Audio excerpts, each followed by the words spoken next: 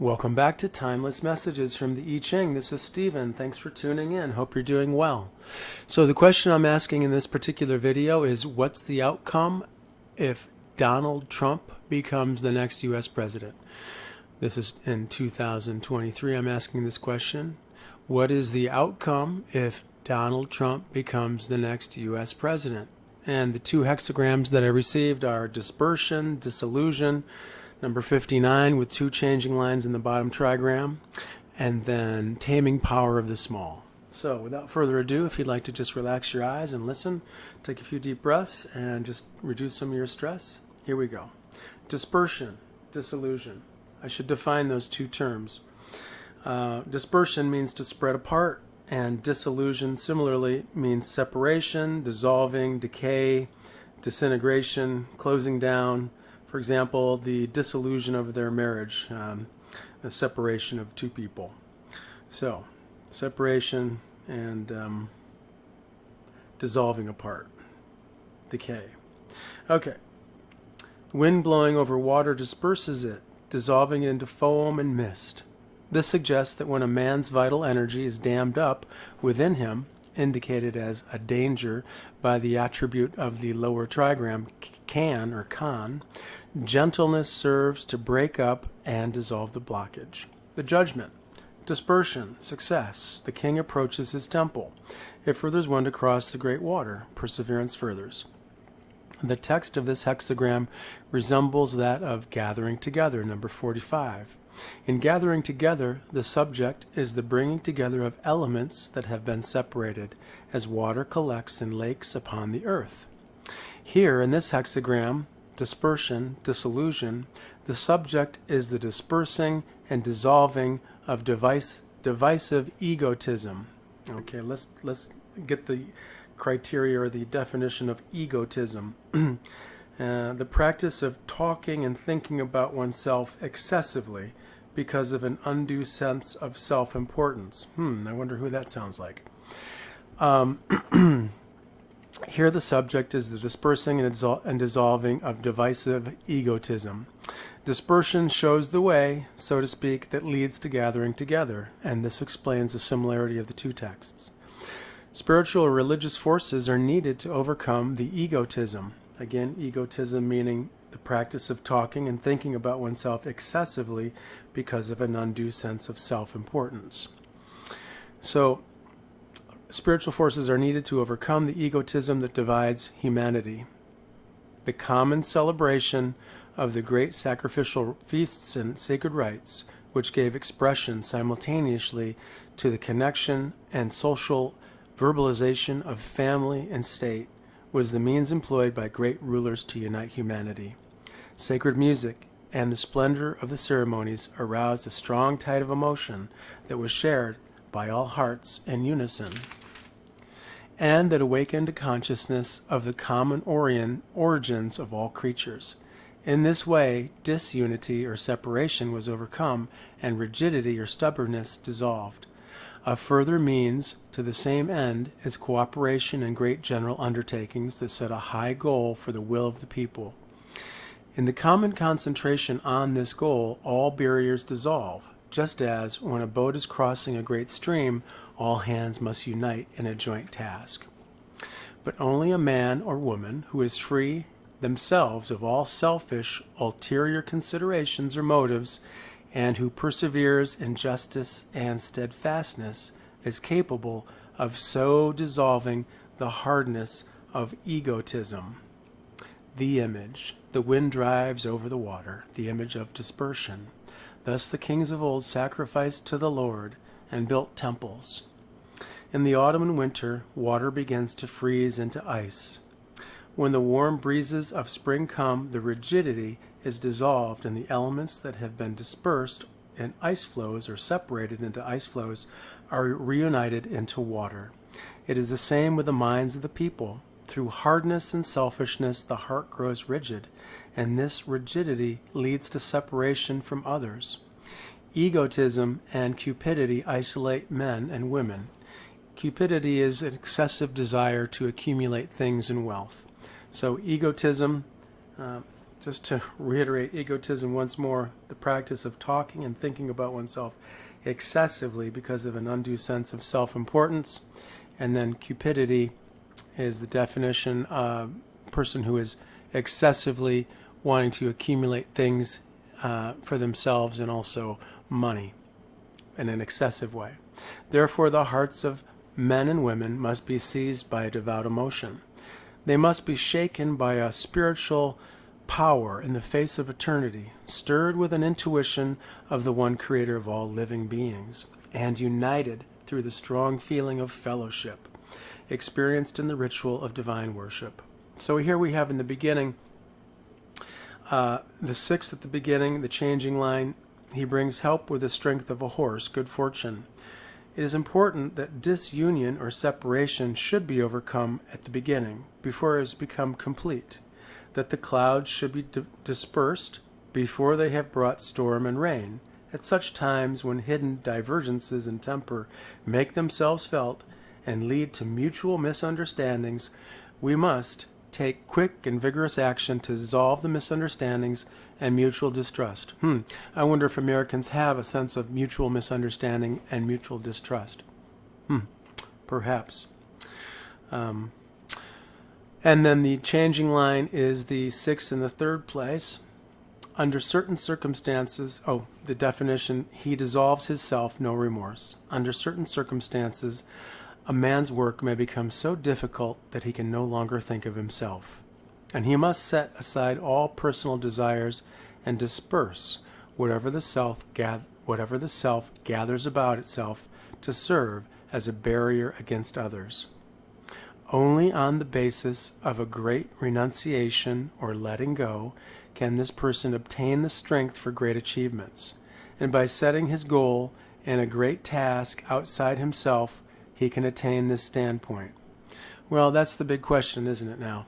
Is Donald Trump capable of letting go of his egotism, the practice of talking and thinking about himself excessively because of an undue sense of self-importance? If you've noticed, Donald has a way of talking about how good he is at everything. He is, in fact, the topic of most every conversation or question that's brought to his attention. So, something to consider. So, dispersion, what is the outcome if Donald Trump becomes the U.S. president, the next U.S. president? This looks to me as if this is going to create a lot of division. Dispersion is separation, moving apart, forces moving apart from one another, dispersing. Also, disillusion is the second word in the hexagram to define it, which means decay, disintegration, closing down. In general, I don't think this bodes very well in terms of the immediate answer. And also it qualifies that it's very important that this kind of separation and lack of unity should be overcome at the very beginning.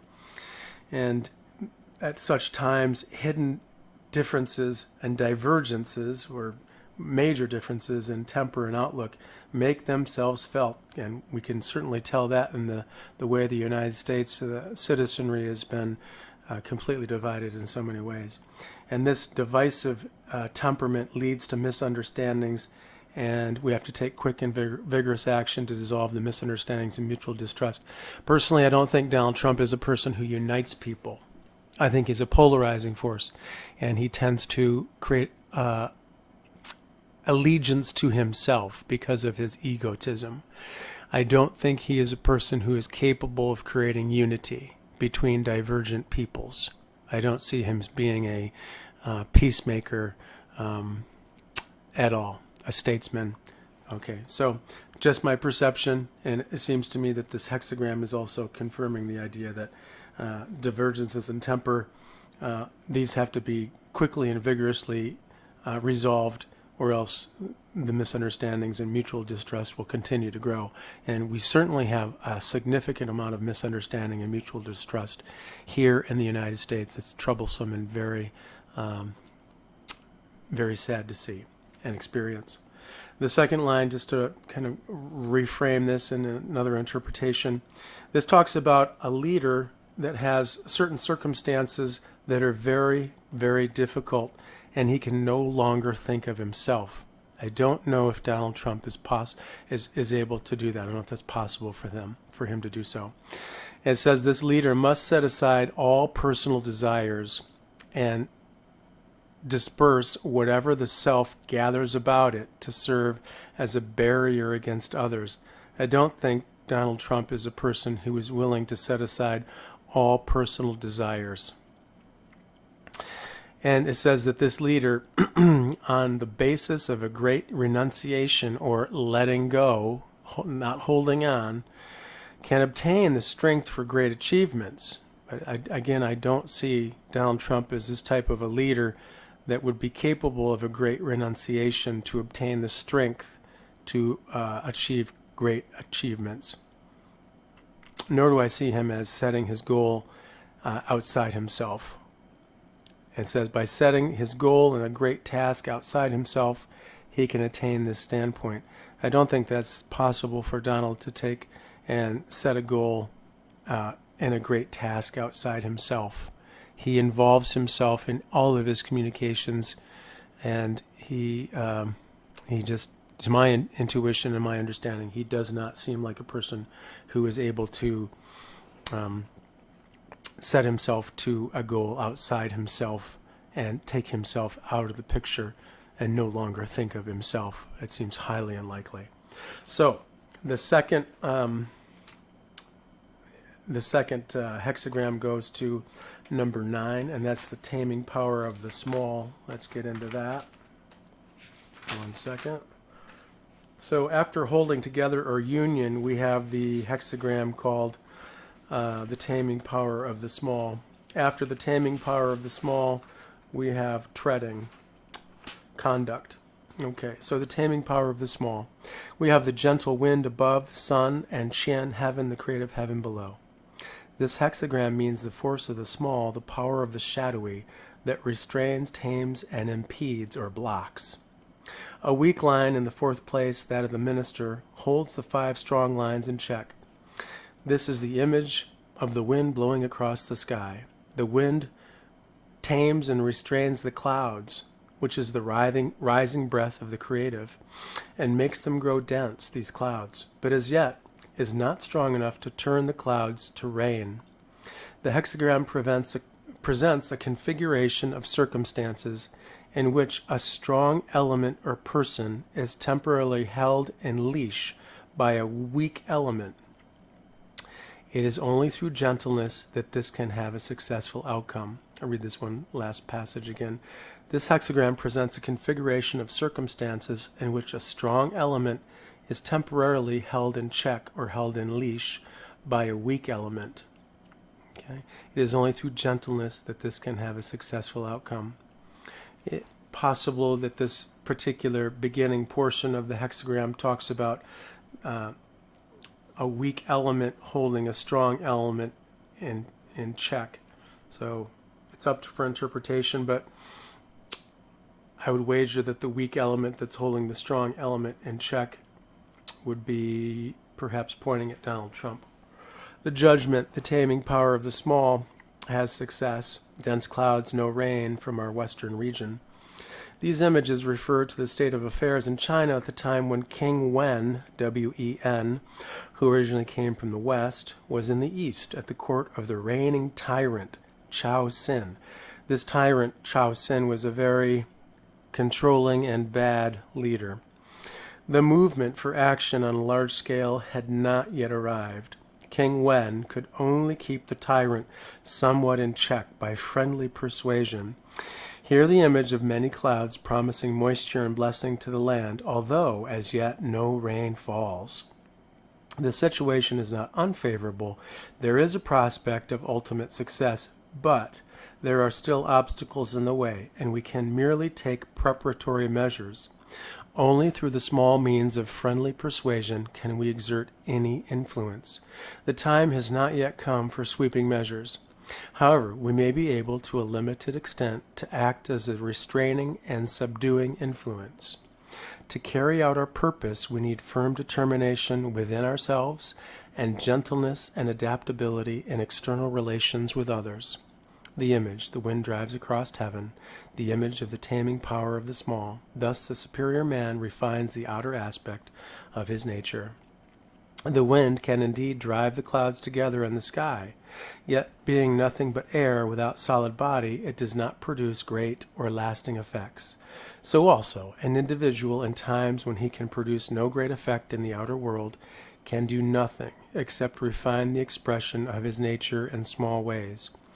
Okay, so just to back up on this a little bit here, we go to the ancient time when King Wen in China was in the court of the reigning tyrant Chao Sin. So this points to a time when action on a large scale had not arrived. King Wen essentially had to really watch his words and actions in the presence of this reigning tyrant Chao Sin.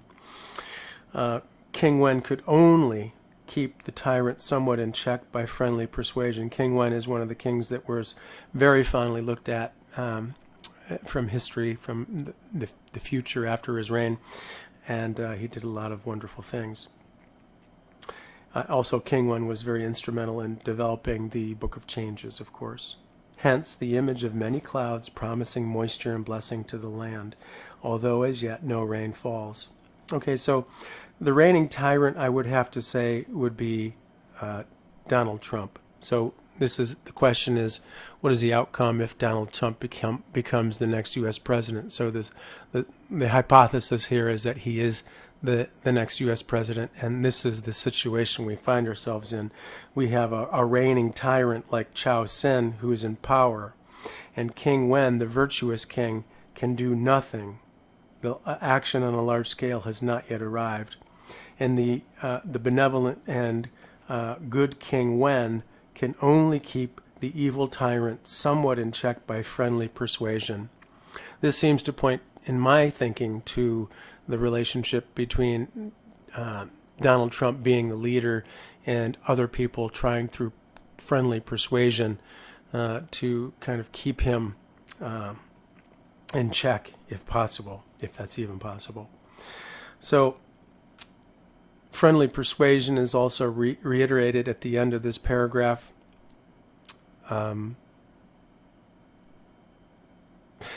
We may be able to a limited extent act as a restraining and subduing influence. It seems to me that this is the need to subdue and restrain some of the things that Donald Trump would want to do and say. He doesn't seem to have a big filter for his words or his actions in many respects.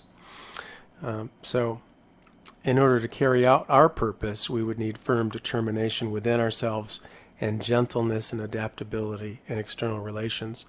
So I think this would put the American people at a great disadvantage to have Donald Trump as the next U.S. president. Certainly paints that image in my estimation. And also in the final image that we have painted here, we have the wind going across the sky, driving the clouds together, but the air does not have a solid body and it can produce no great or lasting effects. This seems to me to point to the idea that Donald Trump would not be able to have great or lasting effects if he were to become president. In addition, it should be noted that Donald Trump is a Gemini, and that is an air sign. So this does indeed tie into that as well. It says, being nothing but air, without solid body, the wind cannot produce greater lasting effects. And so then the final admonition is that an individual in times when he can produce no great effect in the outer world can do nothing except refine the expression of his nature in small ways. So if this is even possible for Donald Trump to refine his nature in small ways, this is the recommendation, because it would appear as if he can produce no great effects in the outer world. The only thing he can really do is work on himself and refine the expression of his inner nature in small ways. So that is the interpretation I have for you in terms of the question, what's the outcome if Donald Trump becomes the next U.S. president? Just to recap, it does not seem favorable. Dispersion, disillusion, that creates separation and disunity, And then The Taming Power of the Small depicts a very difficult time in China when there was a tyrant named Chao Sin at the head of the government, and the benevolent and kind King Wen, who actually developed a lot of the ideas from the I Ching, had to really humble himself and watch his words and what he said, and just try to keep the evil king in check somewhat by friendly persuasion. Not a positive outlook. So hope this makes sense, and I would listen to it once again. And thanks for tuning in, and take care of yourself.